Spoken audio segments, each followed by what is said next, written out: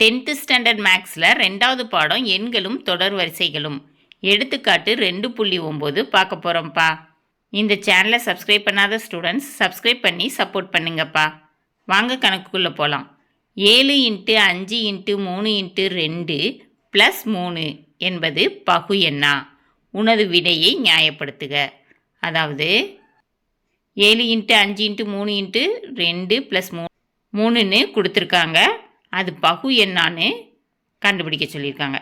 கண்டுபிடிச்சிட்டு உன்னோட விடையை நியாயப்படுத்து அப்படின்னு சொல்லியிருக்காங்க. சரியாப்பா? இப்போது 2 பகா எண்களோட பெருக்குத்தொகை எப்போவும் பகு எண்ணாக தான் இருக்கும். சரியாப்பா? இந்த கான்செப்டை வச்சு தான் இந்த கணக்கையே செய்ய போகிறோம். இங்கே பாருங்கள், எக்ஸாம்பிளுக்கு 2 ஒரு பகா எண், 3 ஒரு பகா எண். ரெண்டையும் பெருக்குனீங்கன்னா 6ன்னு கிடைக்கும். சரியாப்பா?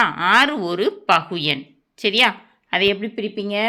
6 2ஆல் 3 2 6, 3ஆல் 1 3 3.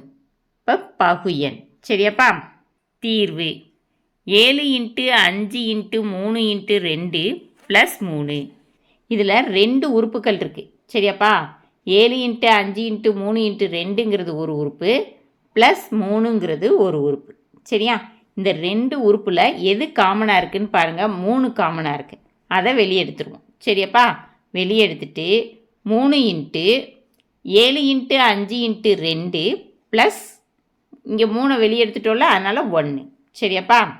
இப்போது ப்ராக்கெட்டுக்குள்ளே இருக்கிறத ஃபஸ்ட்டு சால்வ் பண்ணணும். 7 × 5 35, 35 × 2 70, 70 + 1 71. ஓகேவா? அப்போ 3 × 71ன்னு கிடைக்கும். சரியாப்பா? 3 ஒரு பகா எண், 71 ஒரு பகா எண். இந்த 2 பகா எண்களோட பெருக்குத்தொகை என்னவா இருக்கும்? ஒரு பகு எண்ணாக தான் இருக்கும். சரியா? கணக்கில் பகு எண்ணான்னு கேட்டிருந்தாங்கல்ல, ஆமாம், பகு எண். சரியாப்பா? 3, 71 ஆகியவை பகா எண்கள்.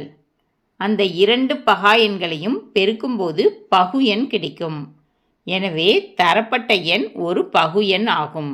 சரியாப்பா? இந்த வீடியோ பிடிச்சிருந்துச்சுன்னா லைக் பண்ணுங்கள், ஷேர் பண்ணுங்கள், சப்ஸ்கிரைப் பண்ணுங்கள். ஓகேவாப்பா?